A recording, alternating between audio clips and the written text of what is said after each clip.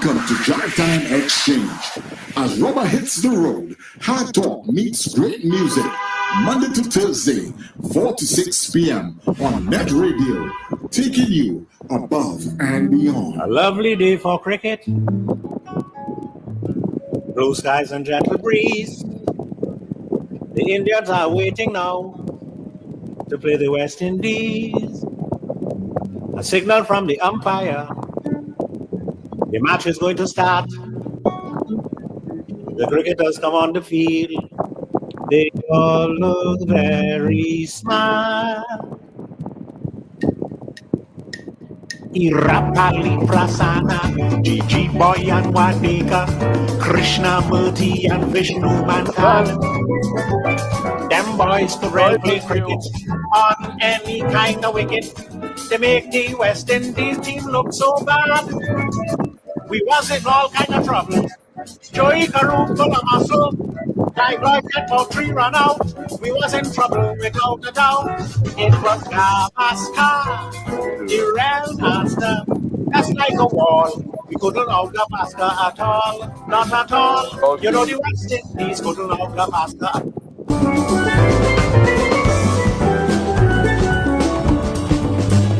All right, people, and of course, with that, we will welcome you inside the Drive Time Exchange.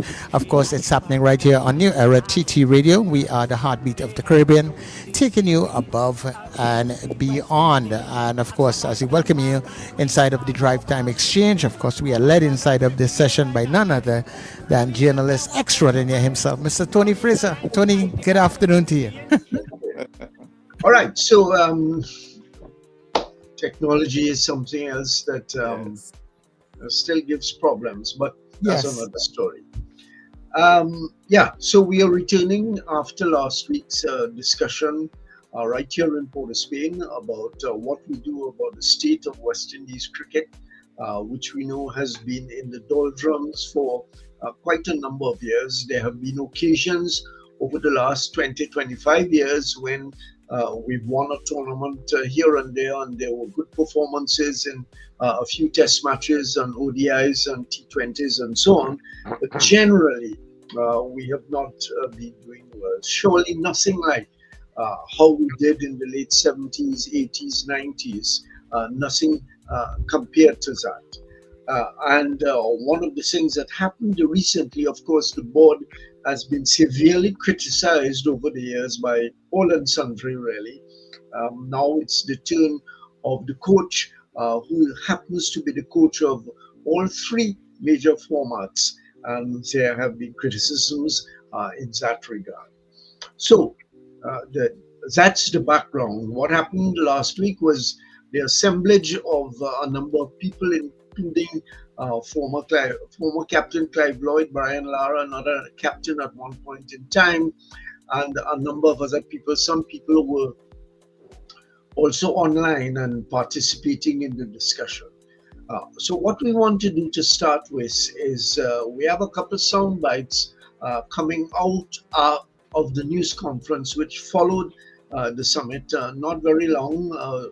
Enoch Lewis, who is I think the kind of man in charge of putting together what came out of the conference into some kind of form so that there can be an attempt to put in practice what are some of the things that have come out of it. So, Chalo, let's start with that first soundbite, and we will follow it up, of course, with discussion. What we said in that meeting in particular was, look, we want to know what the challenges are, because we're looking for some sort of structural reform. We want to know what we need to do as a committee, what we need to recommend to Cricket West Indies so that we can reform cricket in a way that we can be proud, even more proud of the product that is on the field. I will just tell you that some of the things that came out of that was things like, high performance center, put in place a high performance center to assist with the development of ongoing development of our cricketers. and things like that are exciting. Academies in different territories, things like that are quite exciting. And so we will then put that before, as Chris mentioned, as the CEO, we'll then put that before the management team, the executive team, and see how fast we can implement those. Because we expect some of those will be short term, some would be longer term, and that is yet to be determined. Again, thank you for being here, and I look forward to us collectively, both on the board, players, and as fans, moving West Indies cricket forward. Thank you, Mr. Lewis. Sir. Is that it there, Tony, or I should go further? You should go on. There are two other bites, and we can then join the discussion. Gentlemen, Brian and myself, we were quite happy to be at the meeting with the players and the coaches and so on, and we had a very good discussion. I must say I was very impressed because I've been to a couple of these things before, and we're hoping that all the things that we put forward and hope to see them come to fruition.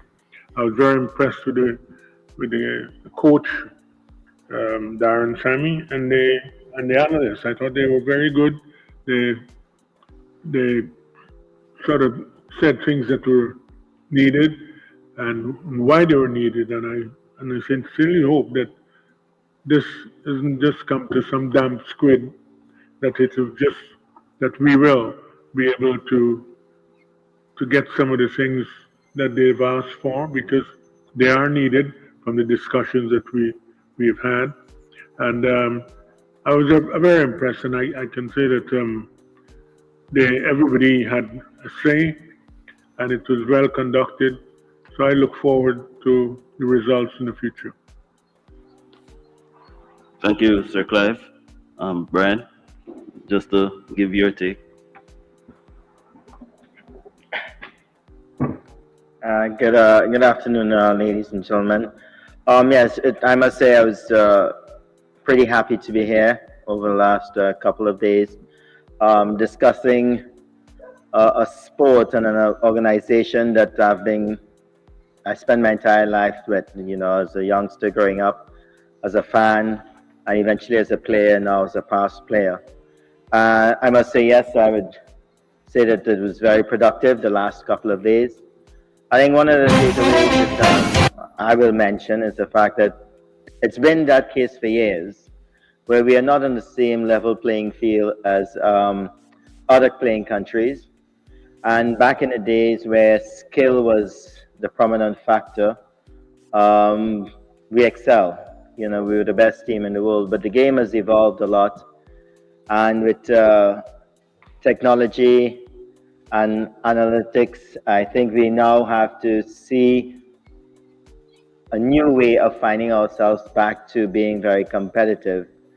I said not on a level playing field because a lot of the countries are far ahead in these sort of areas, and the skill factor of the game is still there, but not as prominent as it was in the past. I'm hoping, as Clive said, that some of the recommendations made by the coaches and the people that are involved, even us as former players, will be taken on board. It's a long road. It's not something that's going to happen tomorrow. It was not about the 27 runs. If it was 57 or 107, would we be feeling any better? I don't think so. It's the fact that we've got something to address, and for us to get back on top or to be a competitive nation in world cricket, we've got to address these situations and address them shortly, quickly, and hopefully we can reap the benefit in years to come. Thank you, Brian. Okay, so we are back. That's it for the moment.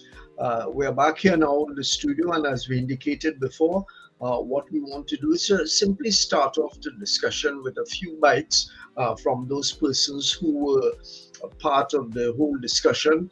We heard from Enoch Lewis, who has the responsibility to, I suppose, make sense. Somebody said that there were 100 recommendations coming out of the discussion, and his group will be responsible, I suppose, for putting something forward to the board. Gentlemen, your reaction to what you've heard so far from Enoch Lewis himself about Academy, Clive Lloyd, Brian Lara, talking about technical skills and the ability to move forward from there. Who's going to start? Anyone? Let the opener start, man. Yeah, all right. Philo Wallace. Good afternoon, gentlemen. Good afternoon, Tony. Good afternoon. They say you have to everyone face on the the music panelists and at your the listeners. start. Yeah, I don't mind facing the music of the new ball. It's something I've done all my life, and I'll continue That's to do right. it. I think that what Enoch Lewis has said is nothing new. And it's sad that a chairman of a cricket committee of such importance to CWI is asking people what that committee has to recommend to the board. And if that is the case of the chairman, that entire committee needs to be sent on leave, on permanent leave. You're the chairman of a very important committee. You're asking me to recommend to you what to send up to the board that you sit on, that you've been sitting there for 30 years. Something is wrong. I think that when you hear about academies, every territorial board speaks about academies, but none of them made the first step to get the academy. We always speak about high performance centers. I don't even think we understand what high performance means. So that meeting to me in Trinidad was just to hear the views of two former West Indies captains, Sir Clive Lloyd and Brian Lara, two great batters. There were no fast bowlers from the years that we dominated. I remember when they were in Barbados, the Gallus, Andy Roberts, Derek Burry, Alvin Kalichera, and they were invited to a meeting with the board. I had a little chat with Sir Clive before they went into that meeting. I know you're having a whole different set of people. Dr. Most Honorable Desmond Haynes did not go to the meeting. Sir Vivian Richards did not go to the meeting. Why did they not attend that meeting? And why was Sir Andy Roberts was not invited again for a second meeting? Because, Brian said it's not about 27, but I think it is about 27. It's about that all cricket has made a turn for the wrong, and we don't know how to correct it. And the problem I believe in West Indies cricket, Tony, is that we don't have good decision makers. I think our directors have been sitting way too long, very, very comfortable, and not putting the interests of territorial cricket at the forefront. And what Enoch Lewis has just said, it tells me what is happening at CWI. They're running out of ideas, or they don't have any ideas. I know they're asking the players to come and help them with ideas. So having a 2-day meeting in Trinidad can solve our problems. They don't even know where to start. And it's quite sad that this is where our cricket has come to. We don't have the people who understands what is required to keep West Indies cricket viable, valuable, and keep the players interested and wholeheartedly interested in playing for West Indies. They don't have ideas. They're running out of ideas. Okay. Basil Butcher, in the middle order. All right. One down, in fact. Yeah, I will echo what Philo said, but the first thing to hear Enoch Lewis, who has been around as a cricket administrator for 30 odd years, to say we came here to find out about the challenges, that he doesn't know these challenges. It tells us where we at as in terms of people who are administrating cricket, that you don't understand what the challenges are, yet you are placed at the head of a committee that is supposed to come up with suggestions, recommendations as to how to move West Indies cricket forward. That was the first thing that struck me with his statement. And the other one, I heard Sir Clive say he was very impressed with the analysts and the coach. I understand our good friend here, Andre, had some comments on the analysts. I would like to hear some of his comments on that. But I can't really comment about that, because we don't know what was said to them, right? All we heard about him being impressed. Lara raised some issues, but to me, I didn't hear from any of them the fundamental issue of, in every territory, the foundation of our cricket, schools, age group cricket, and club cricket is in dire straits. And that's where everything starts. And if that remains as such, all the other stuff is just piecemeal. I'll stop there. Yeah. Andre.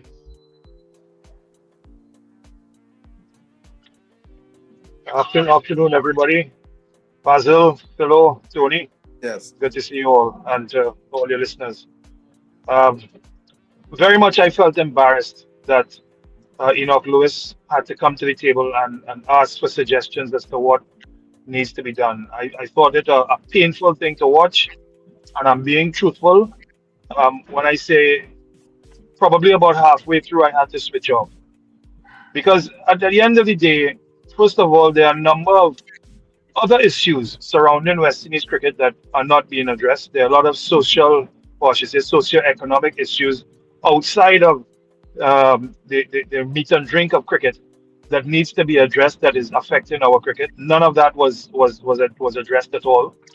And then I'm trying to understand that some of the problems that we are having are probably sitting right in the room, and we're taking advice from them or information from them, and that is what I'm saying. Who is our pool of persons that are addressing or addressing Enoch Lewis and Sir Clive and Brian Lara? Who are they taking advice from? Are they the right persons? I'm asking the question. Are they the right persons at the helm of West Indies cricket, or are they a major part of the problem? That is where I would like to start off there today. I think you're dealing with a process where you have a lot of individuals that love cricket and have their heart at West Indies cricket, but are they the right persons at the helm? Mm-hmm. All right, let me ask about the format of the program that was held. 2 days at the hotel in Port of Spain. I wasn't there on any of the days, so I can't say anything about how the thing worked. I surely wasn't there at the end of the news conference, so I can't comment from a personal position. I think I hear Red's voice in the background. Reds, are you there? Yes, I'm trying to be there, but I don't see. I'm hearing you, but I don't know if you all are even seeing me. No, your camera is not on, Reds. The camera is not on. No. Yeah. Okay. Your audio is on, but your camera. But that is all right. If you can't get on the camera, at least we can get the audio. So that's once you could talk, Reds, that's good enough. Yeah. Maybe we'll fix the camera as we go along. But we are hearing you, and that's fine. Okay, so we'll just make some adjustments here. All right. So when you're ready, we're going to take you on board. So let me come back to the question that I wanted to ask. What's the format for the holding of such a meeting, the right kind of format? And somebody raised the question because we heard about Vivian Richards and Andy Roberts and the others and so on. And as far as I am aware, the only two persons out of the names that were called was there. That's Brian and Sir Clive Lloyd. Was the format the right kind of format for getting to grips with the problems that we face? I will say this, no. I preferred you have something where you actually go to each territory and speak to the people on the ground and hear and see what is really going on the ground and the real challenges, because they more than Sir Clive or Brian Lara can tell you, because neither of those gentlemen are on the ground in the trenches throughout the various territories. So that is where I think you need to query from those people, right? And hear those challenges that they have. And then you could start to look and see get an idea as to really what dire straits we're in. Yeah. Philo and gentlemen, you can come in and add to the discussion, give your own views and so on. You don't have to wait for me to bring you in. So Philo Wallace. Yeah, I think that the forum was not the appropriate forum. Obviously, the captains were Rustin Chase and Shea Hope, Darren Sammy, the head coach, and the entire management team. They were interviewed as well the day before, and they gave their synopsis of what they think is happening in West Indies cricket. But I think that coming out of this meeting, there should have been a committee, a 3-member committee, as Basil rightly said, just to go to the 6 territories and speak to the presidents of the association and those lead and those talent scouts that CWI have invested money in, to get from them what is the real issues with cricket and cricketers. The presidents obviously will have to know what is going on with their territorial boards and the cricket structures in the region. And the talent IDs, the talent scouts that CW have hired, what are their roles, what they're supposed to be looking for in relation to recommending players to CWI. Because there was a complaint from one of the management units, that one of the members of the management unit, that the players are coming to the international level with faults. But if talent scouts are recommending these players to the head coach and the talent ID manager in Antigua, well then who has the problem? Right. If I am recommending a bad product, then I have to be the problem because my identification of good talent is poor. So I, as a talent scout, have to look at myself and say, am I really doing what is required for West Indies cricket and selecting or recommending the right players? And these are the type of things that has to happen. And I think a small 3-member committee could have been formed from CWI and just go to the 6 territories, spend at least 2 working days and discuss one day with the president, one day with the lead selector, and then have a collation of the information to present to Enoch Lewis, who could then present it to the board in the presence of that 3-member committee while he's presenting the board, so you can have transparency. Because what is going to happen now, 2 gentlemen have spoken about West Indies cricket. Enoch Lewis is going to collate something called a report, and he's going to send that up to the board that he sits on. But yet he's the chairman of the committee as well. So I don't like the idea, but we'll see what happens from it. CWI it's going to, I believe they'll call a meeting sooner rather than later. There's a new BCA president, Calvin Hope, and that's the issue.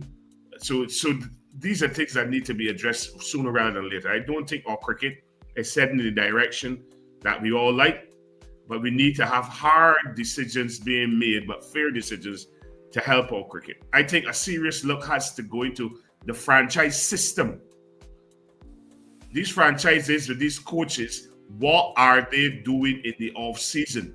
We're having unfit cricketers, low skill cricketers that don't think mentally and they don't do game awareness and assessment properly. What are these players that are being paid, these 15 players from these 6 franchises, what are they doing in the off season? And that is a big question. All right. And that so we're going to get that. I'm sure we're going to go back to or come back to that in a lot more detail as we go along. But I see Reds is with us. You're there and you're hearing us, Dr. Reds Perreira. Just Reds will be fine. Yes, I'm hearing you all loud and clear. We have to recognize quality amongst us, right? Yeah, definitely. You got an opening batsman. You got a number 3. Father was a great player. I grew up watching him. Well, I agree with all what has been said. I'll make a short point. Some of the persons who created the problems we have, who created the 27, should not be at the meeting. I think you should have had independent people saying clearly to the board that mistakes have been made, this experiment has not worked, and we need to go back to what has worked for us since 1928. I mean, the Enoch Lewis opening statement was very disappointing. And as young Basil said, others, we do not know what was said, what was discussed, what was proposed. So it's a very difficult task we have. But some of the needs are very basic. We need a better coach, right? We need to have an improvement in fielding. We have improvement in fitness, and I think that we need a separate coach for the red ball game and maybe one coach for the white ball game. And we need to go back to selectors. Some of the basic things. Andre, your input into this round of whether or not, one, the format was adequate, and two, whether we had the real kind of participation that is required. Somebody recommended that we have, the things spread across the region and then coming together. Your take on both the format and the outcome? Well, I mean, I asked the question, who in that room, let's say, I'm just saying, let's say the regional boards are the problem. And I'm talking about, I'm taking this from a Trinbago standpoint. Let's say the regional board is the issue, as the board, the cricket board here might be, or allegedly, maybe it might be a good word to use, is a stranglehold on the deficiency and the downfall of cricket in Trinidad and Tobago. I'm using Andre, hello? Andre, I never knew you were a diplomat. You walking Yeah. nicely and kindly around that. I don't have a good lawyer these days. Maybe Philo can help me out there. So no, the thing about it is, who in that room got to sit down and say, listen, the problem is the regional boards. That is part of the problem, because in Trinidad, where there's no primary school cricket, there's very, very little with regards to development. They haven't won a regional title in 20 years.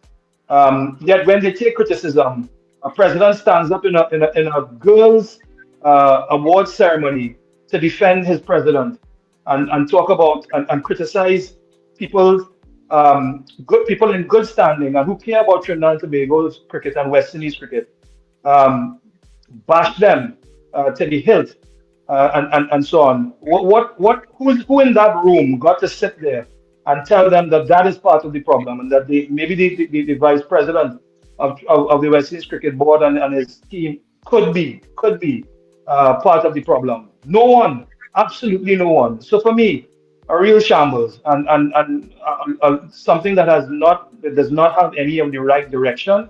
And as I said, and in my opening statement, if part of the problem is sitting down inside that room and making suggestions and recommendations, then we're going absolutely nowhere.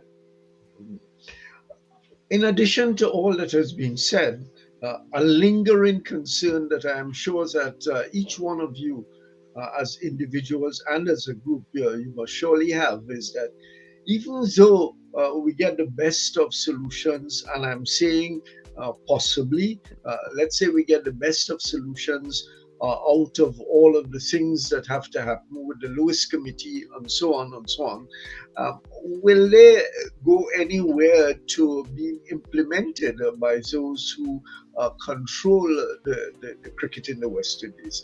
The history is not a welcoming one, it's not a hopeful one in that regard. Can we really do something, even if we don't get everything correct? My take on the whole thing, Tony, is implementation. We have all these meetings, and we're supposed to have a working document, but the implementation of those points are the problems in West Indies cricket. And even if they're implemented, supervision, what finances will be given out to CWA coffers to run these programs properly. When you look at it, I can remember years ago, under former President Dave Cameron, there was supposed to be a West Indies way of playing cricket, a West Indies coaching manual. Where have all of that research has gone to? It's gone to no. Nobody has said anything about it. But yet here's a guy who's in charge of a cricket committee and is asking for ideas. And that is hurtful, because he was there with Cameron as well. So where's all that information that was collated before? Why can't somebody pick it up and decide to dust it off and look at it in detail and look to try to make sense out of it? We have all the former greats in the great players in cricket around the region, some still alive, and we have not even sat down to have a decent discussion with them about even producing a booklet on batting, bowling, fielding, whatever. We have all of those resources in the Caribbean, but we like to outsource Philo, if I may, those same gentlemen who won World Cups for us, we took them to a beautiful celebration mere weeks ago. Rewarded them, awarded them, and gave them a big fanfare. But they're not included in that meeting that we have down the road. Maybe one of them, Sir Clive.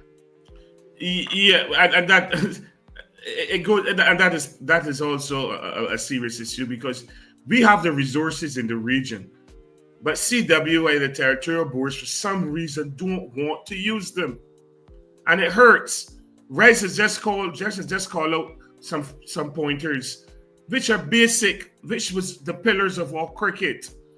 We've knocked the pillars down to bring up structures that have no foundation. And nobody at CWA wants to take responsibility because everybody is covering everybody's back with a lovely woolen coat. We have a director of cricket who seems to be taking our cricket down the wrong road, and nobody in authority wants to tell him, look, just take a look at what you're doing. It is not working. We have our international head coach coaching in the CPL. So when is he going to find time to plan for our cricket going forward? All these things are wrong, but we're just sitting and believing, oh man, it's okay. He's this. No international coach should be coaching a franchise in cricket, in T20 cricket. None. There is a lot of danger in that. And CWI seems not to be able to want to recognize that danger. And these are the things that are hurting West Indies cricket. It's the decisions that are being made at CWI that is hurting us because they were never made before. Yeah. Let us go back to what worked for us and improve it. Even if we modernize it a bit, but let's go back to what used to work. Yeah. One of my disappointments of the outcome of the conference, and which you heard, is that if the chairman of this committee could talk about 100 recommendations, and he talked in his opening statement about the Cricket Academy, which is old news going back 20, 25 years, is that there wasn't a decent summary. If you say there have been 100 recommendations, surely somebody can put together 10, 12, 15 of the major recommendations so that the population across the region can get a sense of what transpired. But maybe Reds, there is no communications person within the authority to do that kind of selection and presentation. Well, I think since Philip Spooner has moved on or was moved on, I'm not too sure about that. We've lost a major resource, and the PR is not very good. But gentlemen, you know, Philo talked about the cricket committee. I think under Dave Cameron, it was 6. Under Ricky Skerritt, it moved to 16. Philo, can you say how many people make up the committee and who is under the chairmanship of Enoch Lewis? I'm not certain who is on the cricket committee. I can tell you all of them. Right? And I don't know how. I know that Ian Bradshaw is one of the persons. I don't know how big the committee is. I'll tell you all of them. People. Okay, I'll Basil tell you all knows. of them. Good, We got Bradshaw from Barbados, Leon Johnson from Guyana, a guy named Gullion from Trinidad, Jeffrey Gillen, I think. Lyndon Wright from Jamaica, and Enoch Lewis. I might be missing one. Because at one time, Roger Harper was on there, but he's no longer on there, I found out. So it's a smaller committee, Basil. Yeah, it's a small committee. Andy Roberts was supposed to be on there initially, but he was asked to be on there, but he never received the official email, if you will, to be on. You could tell a guy word of mouth, but you got to do something officially, right? Yeah. And because it was he who was able to tell me who was on the committee. Yeah. Another element of the communication, which I think was very faulty, is that we didn't get a perspective, not so much a perspective, get a sense of where the whole thing will be going in terms of what are the determinations to be made into the future. Is there a time frame for doing all of these things, and what kinds of mechanisms will be put in place to allow whatever decisions are made to be implemented in a period of time, and of course resources to do all of these things. So I thought once again those things were lacking in the presentation that I heard. I just want to say this quickly in terms of that. The director of cricket made a statement a while back that they're going to be doing this on the 16 regional tournament next year, and each territorial board has to submit to them what program they're going to implement in their respective territories to get some money, somewhere around 20,000 US. Well, I wonder what 20,000 US can really do, right? I asked him, I said, you really believe that a territorial board would be able to bring up young girls to be able to play cricket at a competent level in the region when they can't even do it for the boys? I mean, Mr. Director of Cricket, you got to be kidding me. You really putting a lot of if you will, thing behind these territorial boards to do something like that. Now we are almost three-quarter ways through the year, and I don't think any one of the territories have started that program. Yeah. But even so, I think pushing decisions and action to be taken out of this conference, if they are really serious, if you start talking about next year, that is really a long time into the future before you start to get to the point where things can be implemented. You know, you got to ask the question whether this hurried conference was really to give the Caribbean an impression that something was being done. Mm-hmm. We're talking about next year. We go to India in October. We then go to New Zealand. What are the plans to prepare our players for the Indian conditions, where we can get a bottle of spin, maybe some degree of pace? By all means, they have certainly improved in that area. But what are the plans to prepare our players for the Tour of India? The Tour of New Zealand. The Tour of New Zealand, Philo, I am told, is a fairly substantial tour. We're playing a lot of cricket.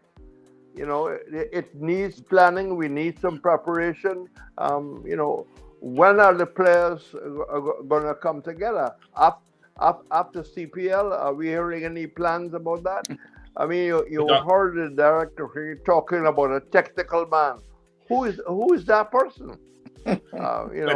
Dr. Perreira, I said our head coach is coaching a franchise in the CPL. All of his backroom staff is with him at that CPL franchise. Mm-hmm. Then is the planning going to take place? Before we get to India, we go to Sharjah to play in Nepal in some T20 games. Mm-hmm. And when those T20 games are over, we're into the crux of the winter with a hard series against India, which I believe for test match points as well, and down to New Zealand. Then we're facing the World Cup. When is the planning going to start? And nobody from CWA is telling us. That is why I am against our head coach coaching in a franchise of the CPL. He should be in Antigua sitting down with his cohorts, planning those winter tours properly. We were just beaten 3-0 by Australia at home in the Test series. We were beaten 5-0 in the ODI series, T20 series. So we have a lot of work to do. Yes, we won against Pakistan, and everybody believes it's okay. We won against Pakistan, so we're back in winning circles. It is not as easy as that. Our players are not equipped mentally and physically for the rigors of international cricket. They're not focused on the international cricket, and I think that something needs to be done. And that is why I believe our coaches need to plan properly for these winter tours. If not, we're going to be embarrassed even more. Going back to the participation in the conference, does anyone know if in fact people like Vivian Richards and Andy Roberts and so on participated in any way remotely or otherwise? And if not, why? None of them. No, they did not. No, they did not. I know Tony Gray was there. Tony was there. Yeah, he's one of the scouts, but not a talent scout. He's a scout for CWI. He was invited to the meeting, and he also participated. But from Sir Andy Roberts and Sir Vivian Richards, they were not part of it, even remotely. And Chanda Paul was supposed to be there. Does anyone know why these people did not participate? Well, the CWI and their media relations is a very pedestrian or organization in terms of that. So to hear the reasons why these guys, I mean, they don't even tell us when a player is not selected. We gotta go around speculating. So getting that from them would be like pulling teeth. Reggie, you wanted to say something? Yes, I know that Sir Clive Lloyd, from my information, asked for Derek Murray, Ambassador Murray, to be invited. I called Derek and he said he hadn't received any invitation and he don't think that he would be going. So that's as far as I know about one of our future stars who allegedly was requested by Sir Clive Lloyd to be invited and wasn't invited. But, I mean, we need some action now. We need some action now. And, I mean, to have a meeting about, what happened and what we need. Everybody knows what took place. Everybody knows what have been the changes. We've got to go back to what has worked for us. We have to have, in my opinion, different backroom staff for the white ball and a different backroom staff for the red ball. I think there is some indication that the bowling seems to be almost there. It probably needs tweaking a bit with one or two other young men coming in. But what are we doing with the batting? What are we doing what are the plans for the batting? Hello? Yeah. I think I sorry, before you get in, I thought that once again there would have been some kind of statement regarding the major outcomes of the meeting, so that people like you gentlemen could have a basis for making your own statements about it. But once again, that did not happen. The question is it sufficient now that the meeting is a week in the past, and sooner rather than later, the core of it will be forgotten, and I don't know where the thing will move from there, because there is no indication, no firm indication of a process to follow. So you wanted to say something? Yeah, there are no action plans coming out of the meeting. The person on board to deal with it. Okay, we seem to have because the thing is about it is that most of our batters are playing in the CPL. I know this remedial. so that when they do get down to India, whoever they select, we keep having camps before series, and the camps seem not to really do anything with it for the players. So let the players work 2 or 3 months out from the preparation. So when they do get on the tour, all they're doing is stopping up. So I don't think we go about it the right way in relation to preparing our Wickham in the CPL. Kevin Wickham in the CPL. Yeah. He played for Antigua and Barbuda. Who went to India to learn to play spin. So what is he's not? I don't see him playing a lot of cricket in the CPL for the Antigua. Andrew and you got Gore, and I think that those 2 guys will play. So what is he going to do to develop his batting skills in a CPL franchise when he could have been pulled from the CPL franchise and be given to a specialist batting coach to work with him for 4 days a week so they can hone his skills? All right, so gentlemen, here what we're going to do. Charlo, we're going to take a break for a moment.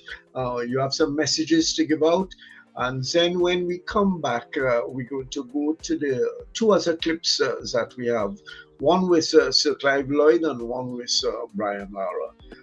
So you take it over from here, and we're going to come back to the discussion in a moment. They had no other choice. They who tried with you now, but assured of the sorry they bring him now. It was Gavaskar, the real master, just like a wall. We couldn't know Gavaskar at all, not at all. You know the West Indies couldn't know Gavaskar at all.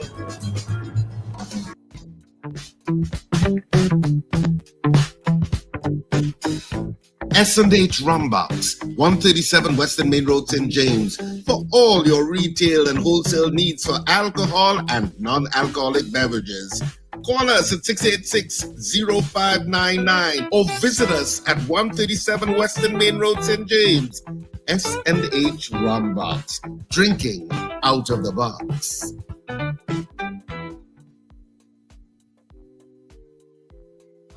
Men, women, tired of the invasive, painful old methods of testing prostate and breasts? The Institute of Health and Fitness Clinic and Wellness Center offers comprehensive and non-invasive diagnostic testing, which indicates the nature and extent of diseases and tests your nutritional levels. Our quick testing can identify early signs of problems by evaluating many of the bodily functions, such as male and female sexual function, gastrointestinal function, liver function, kidney function, thyroid function, heart and brain function, and also cancer testing. Results are comparable with other medical lab tests without the use of needles or embarrassing specimen cups, and is pain-free. We also offer all natural treatments. Visit us now at number 79 St. Vincent Street, Tunapuna, or call 492-7397 or 289-6363. CRS Calypso Productions presents Revival the Concert 5, paying tribute to 2 Calypso icons, Maestro and Brother Valentino, happening on Saturday 30th August 2025. Special performance by none other than Brother Valentino himself. Featured performers will be King Luther, Cardinal, Exposer, Kinte, Emba, Hamedullah, Lady Listra, Roxy Singh, Brother Mac, Travis the Artist, Tall Blacks, The Messenger, and Sheldon Nugget. Also DJ Cool Moody and more. Taking place at Pleasantville Community Center. Early bird tickets are $150 until the 20th of July. Then it's $200. Time is from 8 p.m. Tickets available at Sion's, Royal Road, and Ateliers by the Park. Or contact 343-5182 or 492-1066. You don't want to miss this one. Join me, Brother David Muhammad, every Tuesday from 6 p.m. to 8 p.m. here on New Era TT Radio, Net Radio, Powerful Radio. Join me to hear knowledge, wisdom, and understanding. Tuesdays, 6 p.m. to 8 p.m. here on New Era TT Radio, Net Radio. Bringing you full discussions, the hottest topics, and some tracks to keep you moving. The Drive Time Exchange on Net Radio, taking you above and beyond. Well, I still think that West Indies cricket is still very important in the minds of all youngsters, male and female, when looking at cricket as a career. At one point, I think you've got to understand that during different eras or decades, there are different motivational factors. You know, if you want to talk about, you know, in the 50s and the early part of the 60s, we were thinking about the independence. You know, we can show our colonizers that we can play cricket, we can govern ourselves, and that was the important part in that period. In the 70s and 80s, I believe that under Sir Clive, it was all about trying to be the best team in the world. After, you know, learning from previous decades. Presently, if I was to fast forward, I think the game is now very much commercialized, and the franchise system is definitely in the minds of every young person and every parent as well. You know, when you see what's happening around the world with IPL and, you know, the American Cricket League and whichever else is going on. So the motivational factor is what we have to tap into, what motivates the youngsters today. And it might not just be representing West Indies, you know, 365 days of the year. It might be playing in an IPL or playing in a BBL or something else. So we have to be able to find out those interests and see where West Indies crickets can still benefit, you know, from these youngsters. It's unfortunate a young man at the age of 29 like Nicholas Puran will call an end to his international career. Find out the reasons why these things happening and see how we can sort of stem that sort of situation and make sure that we concentrate a lot on getting the best players to play for West Indies, but under harmonious relationships. You know, tend to be very sort of confrontational at times.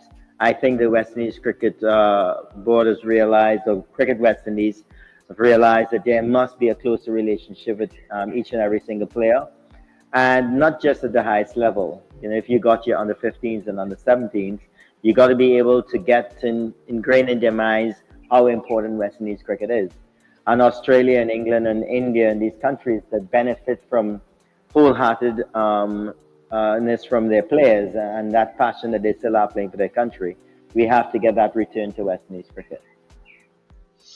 Okay, Brian, Lara, they are stepping away, and if we step away a little bit from the administration and all the things that we've identified about, which are negative about the whole administration and establishment of our cricket, and indeed the holding of this conference and what came out of it and so on. Brian raised a number of significant points that we can deal with, including how do you prevent or not prevent, but to work the franchise cricket into the West Indies Cricket Board system so that we allow young people to make a living, and we're into a world which is different from the one of the past, where material gain is important. When you think about what was gained by our great players of the past, and I'm not talking about the recent ones, I'm going back to the 60s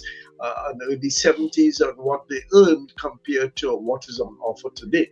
And Brian is saying that there's a big challenge ahead for us. How do we begin to deal with that? Reds Perreira. You're muted, Reds.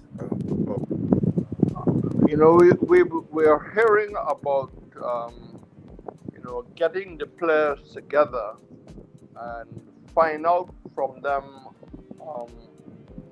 how committed they are to West Indies cricket. There seem to be, you all can disagree or agree, some effort to try and bring the white ball players back into the red ball game. I don't know if that has worked as well as it should have worked. But I feel that there's some immediate things that needs to be done. We are going to India. Are we going to get an international spin coach to work with our players to prepare ourselves for India? You know, we're going to New Zealand. The conditions are totally different. Um, After the CPL, are we going to have a squad selected with a batting coach and a bowling coach, so we can do some serious preparation? And look at the way how we selected our leaders in for Australia. Some kind of almost an unexplained process. We got to move away from those things. We have to do things what is practically needed. What's practically needed now is action to help our batsmen. Action to help our batsmen.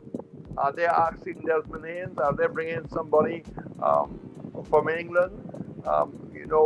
We need to hear more about that. The other thing I am wondering about, what is the financial position of the West Indies board? We have recently had a couple of meetings of the ICC. Is there any chance for a wider sharing of the cake?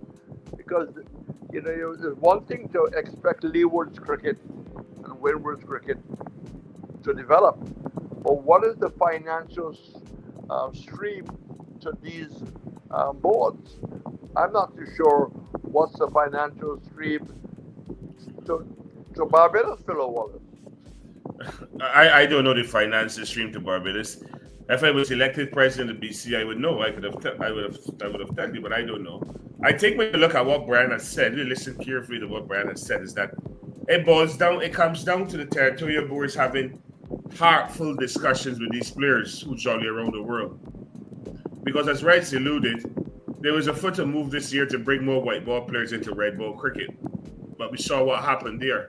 So to me, it all begins at a territorial level when these guys come back to represent the franchises, how committed they are to playing for the franchises. And if they're committed to franchise, playing the regional franchise, then when they move up to West Indies level if selected, how committed are they? So the commitment has to start from the franchise system in the territorials. And the territorial boards need to be the people to drive home the importance of these players, Tony, that they need to commit to playing for the territorial boards and have to try to find the balance. They must find a balance. But if you look at it, a lot of these T20 gigs domino into our season. Domestic. And it makes it very, very, very difficult for our players because a guy is going to go away and make a wash span of money overseas than really playing for a wallet full of money in the region. So these are things that we have to grapple with. But if you're fully committed, you can balance it, but it has to be properly done and structured. It has to be a win-win situation for the franchise, CWI, and the players.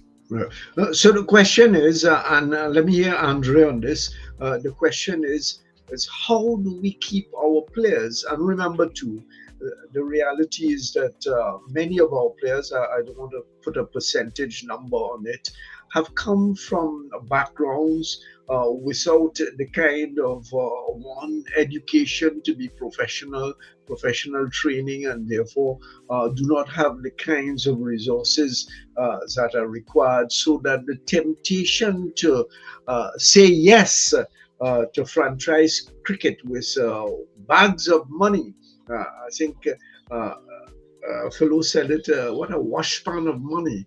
How do you talk about being loyal to that thing of West Indianness, not even a national consideration, but rather this wider regional consideration? How do we achieve that, Andre? I don't know why we are ashamed to say it. I'm not ashamed to say it, but we are hustlers, a lot of our players, and that's the mentality that we have developed over time.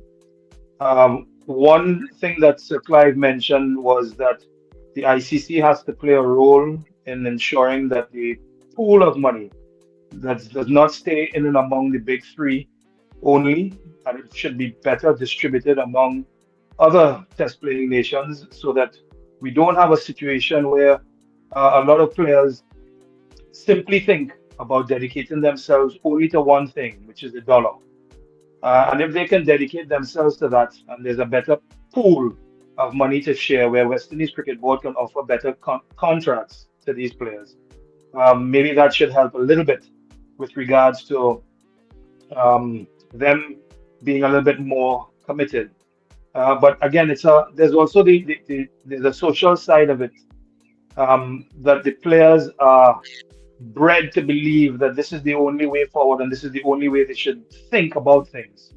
That we have to get out of West Indies cricket and the minds of the players. How?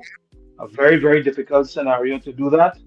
But one way to address things going forward is to deal with the next crop of players, um, the next young players coming through the system, and getting their mindset right, getting them to understand about what's important in life. It was remarkable for me to see only yesterday a statement from Jaden Seal saying that he doesn't care what franchises are out there and what money is available to him.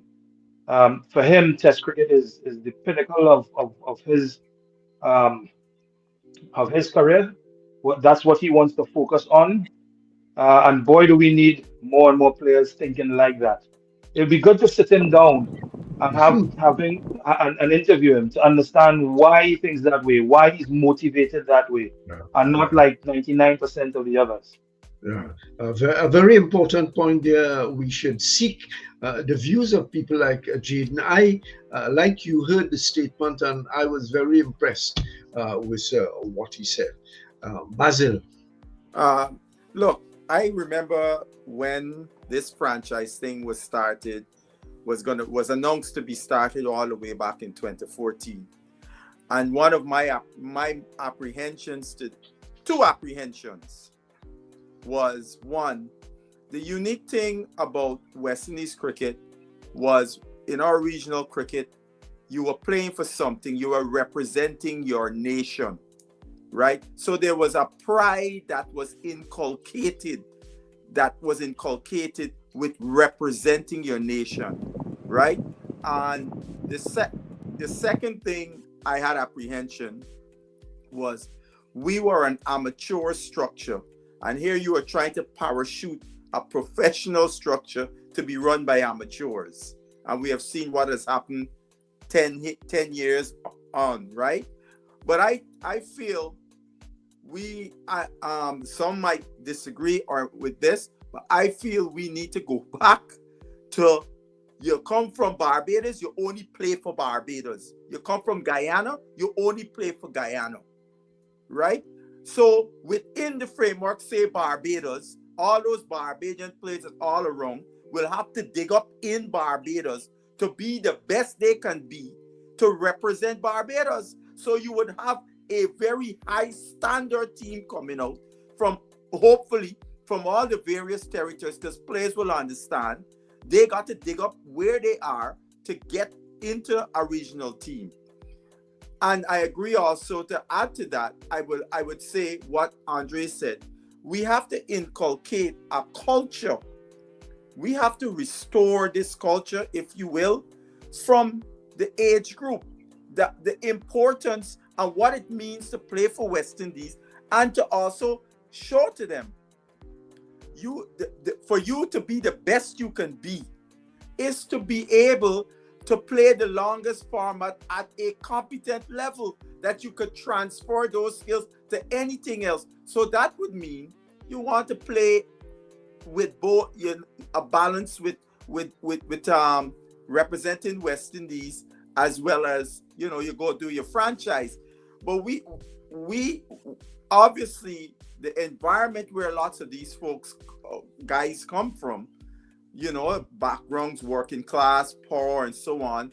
The focus is on the riches, and that is a culture we need to inculcate, to throw that out of our cricketing culture. That to represent something, to represent a region, is something that money can't buy. How do we do that?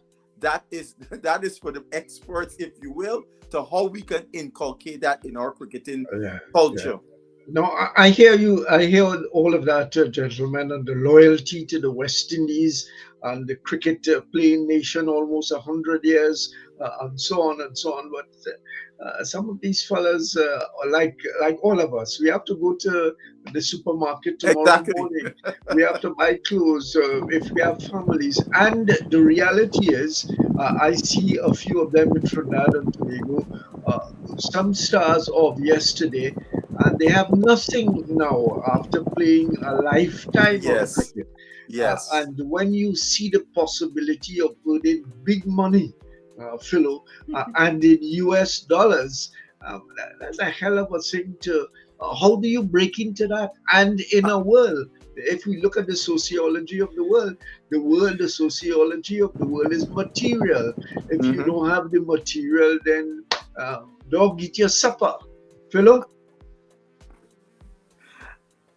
I think Tony, you've made some valid points. When you look at it, it is the finances. It comes down to the money, and who offers the highest bidder will get the players, and that is where West Indies cricket is at, and that's what we have to grapple with, and that is the most important. That is the most important problem in our cricket.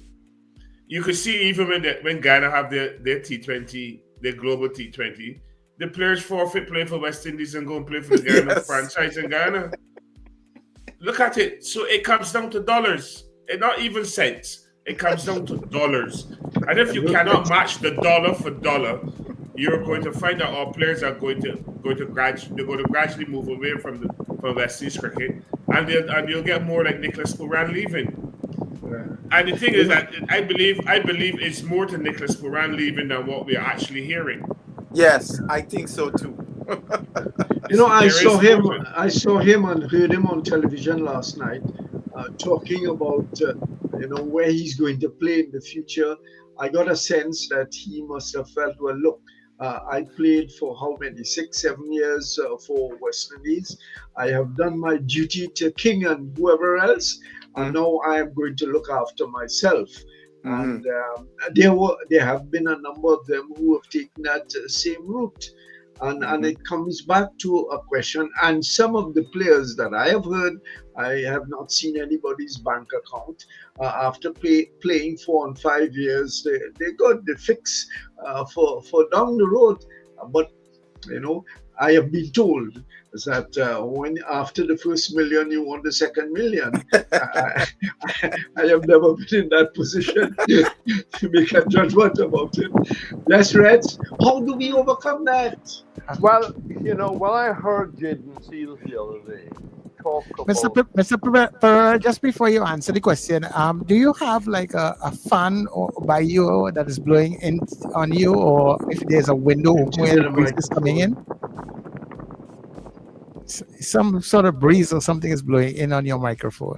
No, sir. It's the heatment is greatment. It's extremely hot.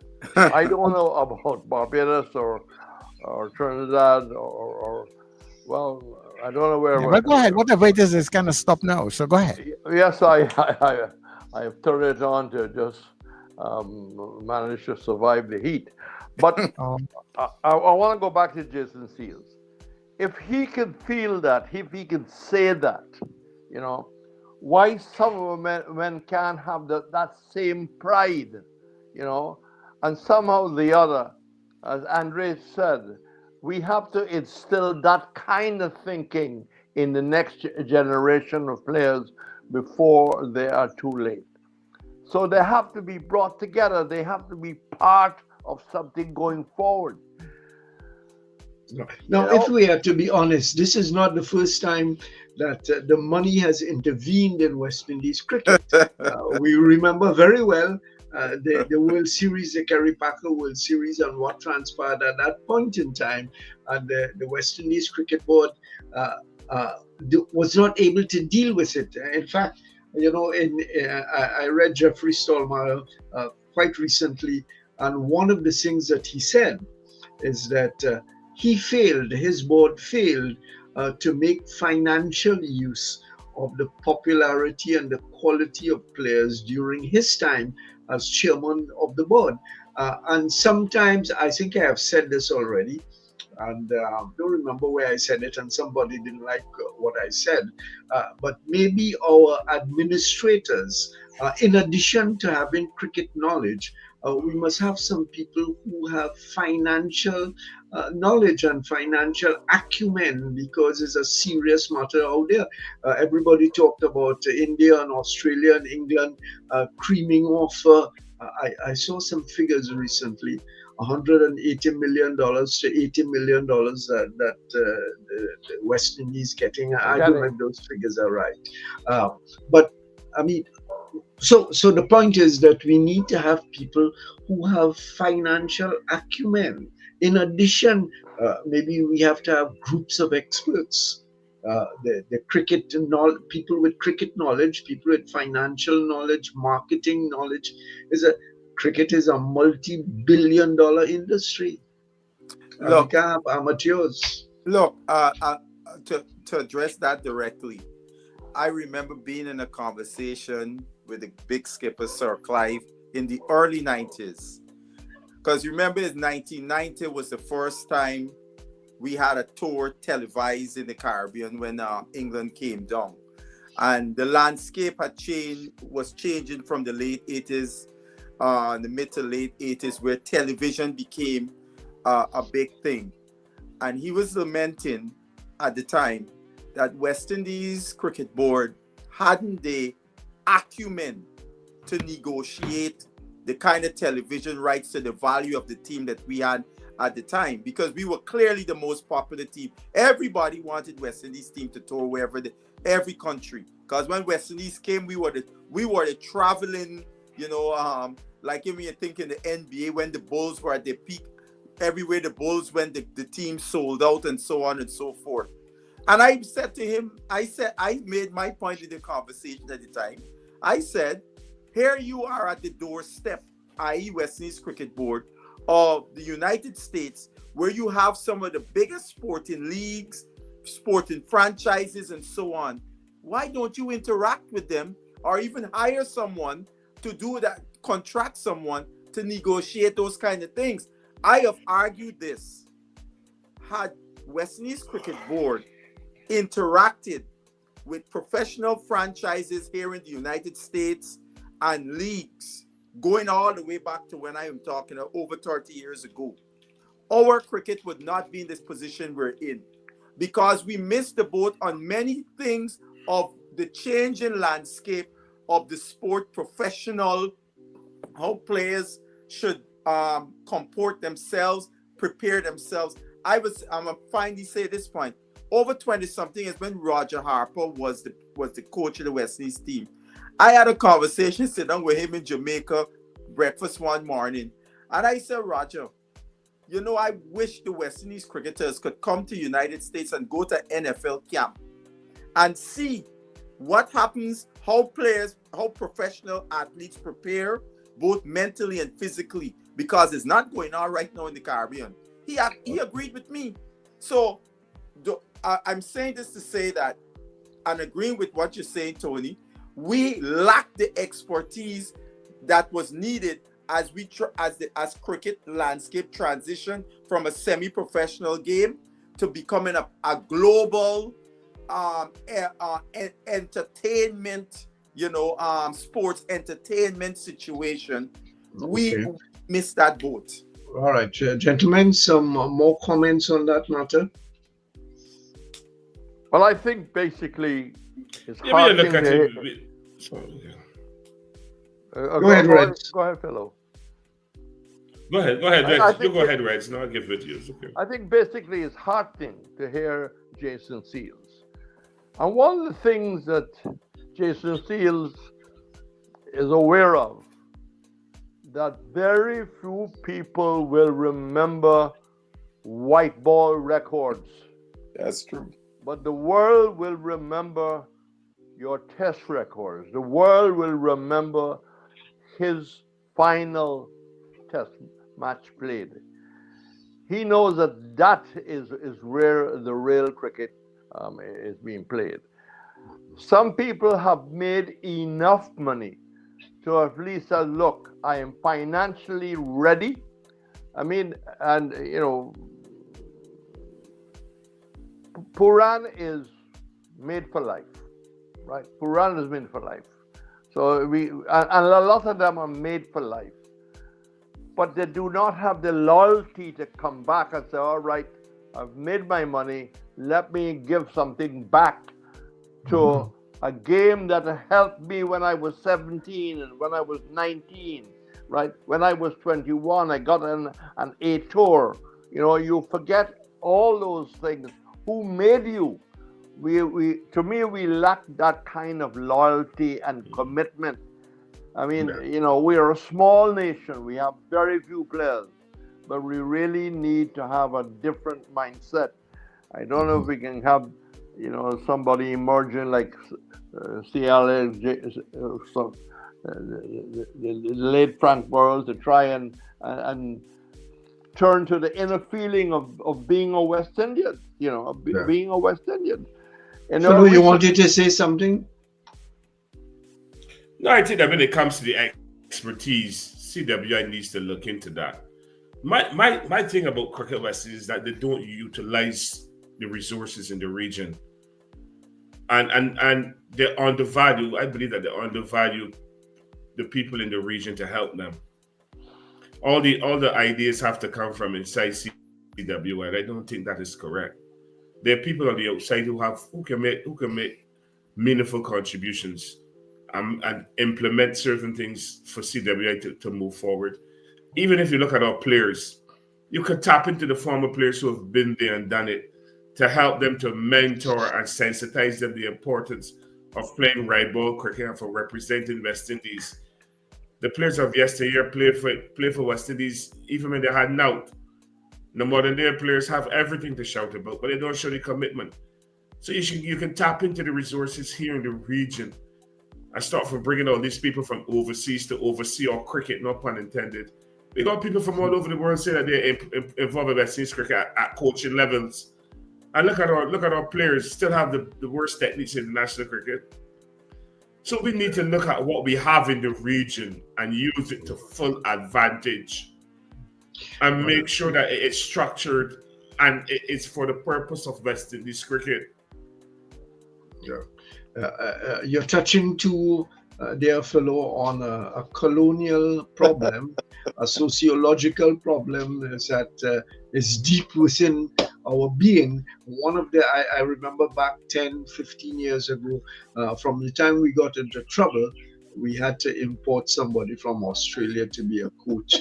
And halfway through his contract, he said, look, I ain't really care about all, you know, somebody in Australia calling me back to go play, go coach their team and forget you fellas. But gentlemen, before we go on further, we have one last soundbite from former captain Clive Lloyd, and he talks about another demographic problem of the Caribbean, about small size and numbers of players and the problems that presents.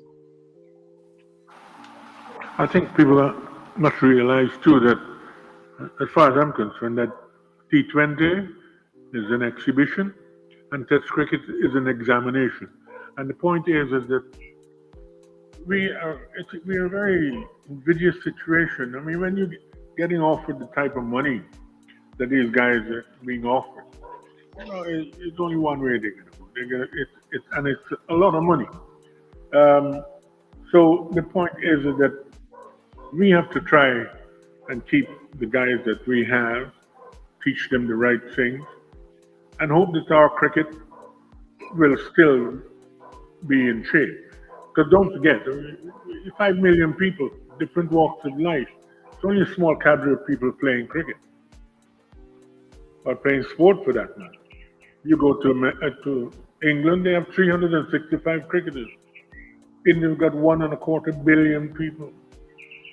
Pakistan's got about 80 million or more. New Zealand is the only country that probably have the same people as we have. Sri Lanka's got a lot of people. So they can lose players and still retain that standard that is needed.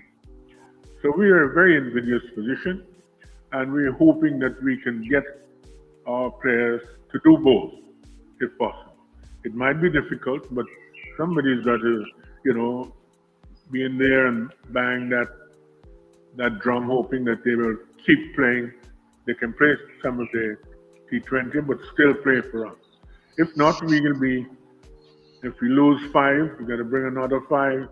Then we lose another 5, and we bring another 5. It's like digging a hole to fill a hole.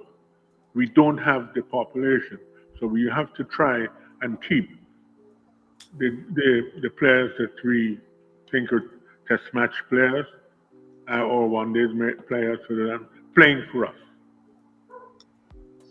Andre. I think it's related, so I'll just go back very quickly into letting you all understand a little bit as to how Jaden Seals would say something like what he said, and he means it. Okay, so I'm very close to Joshua Da Silva, as you all may or may not know.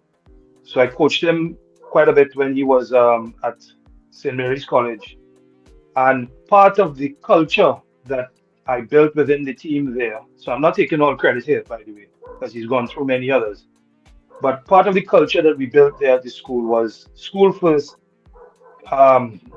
your country second, and of course your West Indies is right there where you want to be. There was no discussion about franchise. It wasn't even part of the conversation. And the reason for that is that we explained to the boys that once you are performing well, everything, money will run after you. All the glories that you prefer, and the niceties that you want in life will come after you. And I'm saying this to say that Josh and Jaden Seals are extremely close. They're very, very close. And I believe that by association, they all believe the same thing. So what Jaden Seals, I think, is trying to say is, while he loves Test cricket, and that's what he wants to focus on, he knows only too well that if he does extremely well, other doors will open for him. All the other financial benefits will come his way, and that is their thinking. So Josh was a more established, if you will, Test cricketer, but believe you me, he has aspirations and has had aspirations for a long time to play the shorter version of the game.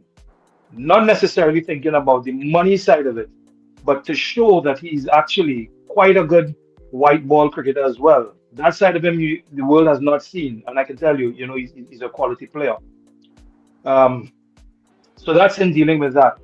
And I'm saying that to say, in relation to what Sir Clive has said about our players and the pool of players that we have, it's important that we get our players to think like that and not just focus solely on one aspect of the game and getting good at hitting sixes and playing a big innings in 15 and 20 overs.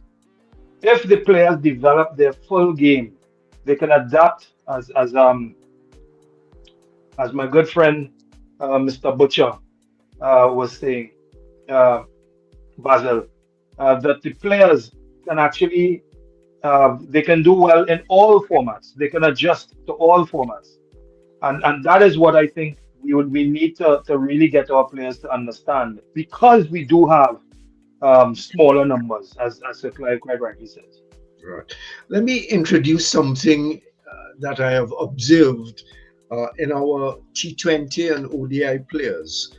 The West Indian team of 15, 20 years ago, or all but, I'm fond of saying, all but established the ODI and the T20 games with the batsmen, with their big hitting. I'm afraid that on observation that the other teams have gone past our batsmen in terms of big hitting, because we are still aiming in a kind of crazy way to hit the ball out of the stands or into the stands or out of the grounds, but with little, I wouldn't say little success, but with limited success. While if you remember how the Australians were doing it, here it was like a walk in the park.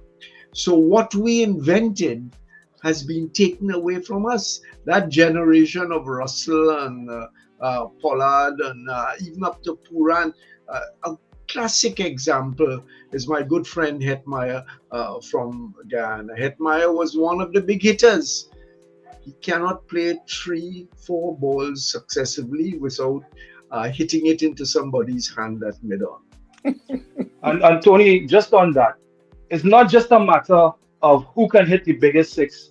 It's when can you hit sixes. So Right. part of our problem, our developmental issues, and that is why I've seen with our coach, current coach, where he's tactically weak, is that while he might have a certain guy who's playing a role, who might you want to take advantage of power play overs, etc.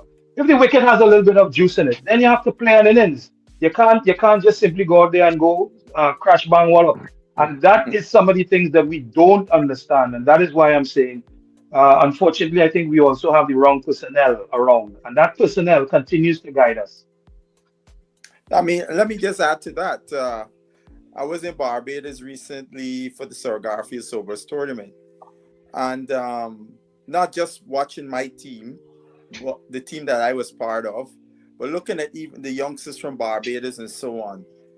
And the thing I saw, all of them emulating, is what you see with these guys today. Everybody, if just using a right-handed perspective, the left foot would be pointed towards mid-on, and you're looking to hit the ball through the offside. Not what was taught in the past. The closer you can get to the ball, you can manipulate the ball to any part of the ground, including hitting the ball out to the ground, right? Mm-hmm. So we had a discussion with our youngsters because we tried to inculcate those habits into them. Yes, hitting sixes is fine, but you also got to play the game where you could get close to the ball. So, for example, as Andre correctly said, if the wicket is doing something, you have the technique to be able to handle that, right? Now, most of the youngsters didn't understand the concept of playing the ball under their eyes. We had to go through that with them, you know. And I even called out some names of top players in the world. Kane Williamson was one I called. Joe Root, and I was heartened. Hopefully, I don't know the seed we planted, that one of them must have went and did some research and saw a thing on the internet with Kane Williamson, his contact points, and posted it in our chat group. That hopefully that these youngsters will take on board that kind of thing in terms of expanding their game to be more rounded so they're able to handle all the various situations. Okay, Reg, let me hear your take on these matters. Sorry, you're not hearing? Reds. Well, it seems. Can I slip in? I think Tony, six hitting now has become very technical, and because we continue to use muscle and not common sense in hitting sixes, we're being outplayed in that area. Out-sixed. So out-sixed, yes. I think that what West Indies need to do is be more play smarter cricket. But you can only play smart cricket if you understand what it means to be playing smart cricket.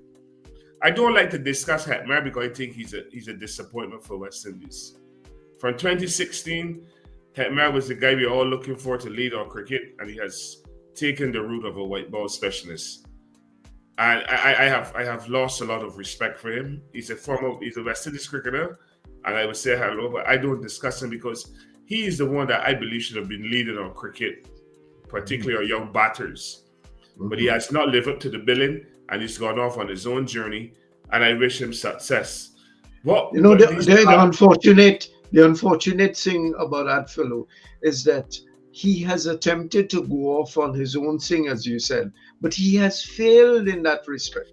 But Tony, he doesn't think that he has failed because he keeps getting gigs all over the world. He's just been signed for the ILT20 in the winter, so he don't think that he's a failure.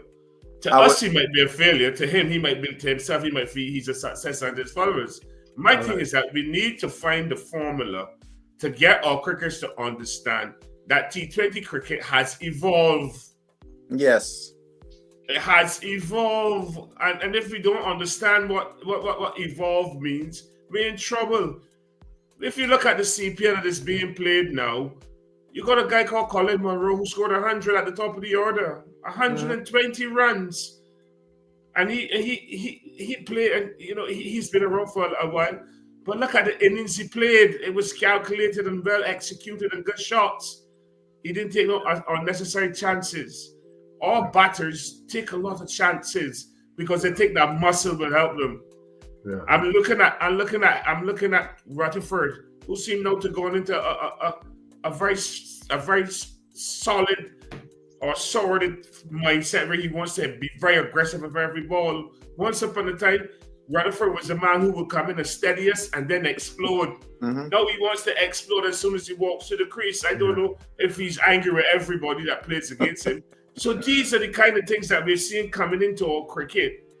And we don't see that natural stroke play. Then you got a little flair, then you get a little power, but you get common sense in between. We're not saying that. We're just saying power. And the power game has left West Indies cricket. Reds. Let's go to Reds. Reds, you hearing? Reds, are you hearing me? I don't think he's hearing, Reds, let's give him a one more chance. Is there a problem with Charlo that we're not hearing? Everything was be working well. I don't know. He said Mr. Perreira, are you hearing us? No, he obviously is. He's not hearing. Yeah, Reg, we were trying to get you into it, but I don't know. Maybe your technical person there can assist in some kind of way, but we are not hearing. You obviously are not hearing us, so therefore you can't come in to participate. Basil, you wanted to say something quickly? Yeah, in terms of Philo, to just add on to what Philo said, we saw the same thing with the one-day cricket. We were the progenitors in 1975 and moving on. And then all the other teams came up and became more scientific in their approach and have gone past us. Now we're trying to catch back up in the ODI game. And similarly, the Australians came down recently and showed us how to hit the sixes, right? Yeah. We were the progenitors in that. So it says to me, there's a lot of things we are missing in terms of taking our games forward, in analyzing how we can always get better, collect individually and collectively, so we could be ahead of the game. Right. So, gentlemen, we're going to shut down in 5 minutes' time. So let me give everybody a minute or so to say, given all that has been said, given what has been projected by the board and its different committees, where do we go from here? Reds, are you hearing us now? Okay, we are not hearing Reds. We are trying to get in touch with you, but that doesn't work. So, Philo, let's go with you. My take to it is that we have to wait on CWI to hear the action plans, and if there's going to be any movement forward in the present to help rejuvenate or regalvanize our cricket. Obviously, Lewis, who's the chairman of that very important cricket committee, said that he's going to take stuff to the board to get ratification, and then it will come back down through the territorial boards. So we have to wait and see what he sets up to the board and what they ratify in order that they can work immediately on, and then obviously down the medium and long term route. So we don't even touch on women's cricket. They've sent a group of young women to India. And we've heard 9 days after they arrived that they're there in India working at Chennai Super Kings Cricket Academy. So if that is going to be the norm, well, things might be happening for CWI in relation to what was discussed in Trinidad, and we might hear after the fact. All right. Basil, a quick comment from you? Yeah, I just want to add on to what Philo said. I am waiting with bated breath as to these when they get into their working groups. The working group and they come up with the budgets for all these various recommendations. It comes before the board. I am looking to see the implementation part, because that has always been the problem for us. Yeah. Andre, are you still there? No, Andre had to leave. Andre has gone, and we still haven't got Reds. Reds, I'm hearing you. You're hearing me now? We can hear you Go now, ahead. Reds. Go ahead, Reds. I feel that basically we are getting close to the end of the show. What does the panel feel is the immediate need, immediate action regarding what we're doing about preparing to go to India and preparing for New Zealand? What do you all think the board should do? Okay. Why think the board Sorry, gentlemen. I'm afraid that we can't go back there because the time has gone, and we have certain commitments to make. I think we perhaps it's another subject for another time, but our time has gone. So I want to thank you very much, all of you, for being part of it. Reds, we missed you for quite a bit of time. You were obviously not hearing us, and therefore we couldn't hear you. I wasn't. Yes. I don't hear anybody. Yeah. All right. So, Chalo, this is where we end the program, and perhaps you can tell our listeners and viewers that the program is going to be repeated tomorrow. You can tell them at what time and so on. And in the afternoon program, you have my colleague Andy Johnson doing another one of the programs. So I will see everybody next week, Monday. Okay, no problem. So thank you very much, Tony. Thank you very much, everybody, for being on the program this evening. And of course, the program will be repeated on NewEraTTRadio.com tomorrow morning, just at around 8:20 a.m. Right? Of course, you can also go up to our YouTube channel. That's New Era TT Radio, and you'll be able to listen back to this program at any point in time. Also, it will be there probably in the next hour. All right. So thank you very much. And as Tony said, tomorrow inside of the Drive Time Exchange, Andy Johnson, and he has a very interesting lineup for you guys tomorrow inside of the Drive Time Exchange. So until then, enjoy the rest of the evening. And straight ahead, we have Brother David Muhammad with the Black Agenda. The real master, just like a wall. We couldn't hold the basket at all, not at all. You know the West Indies couldn't hold the basket at all.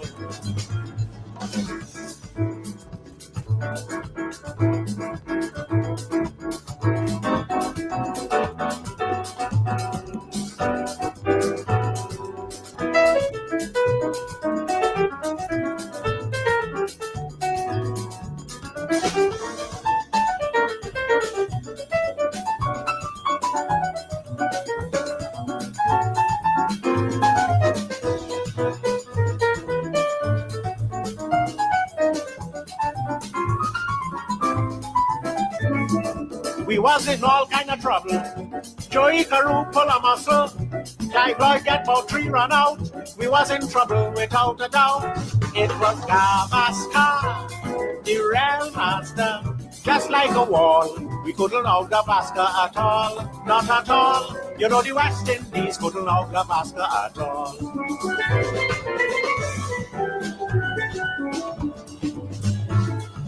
Venkataraghavan, Bedi in a turban, Vijay Jaishima, Jayantilal. They helped to win the series against the West Indies at Sabina Park and Queen's Park Oval. 100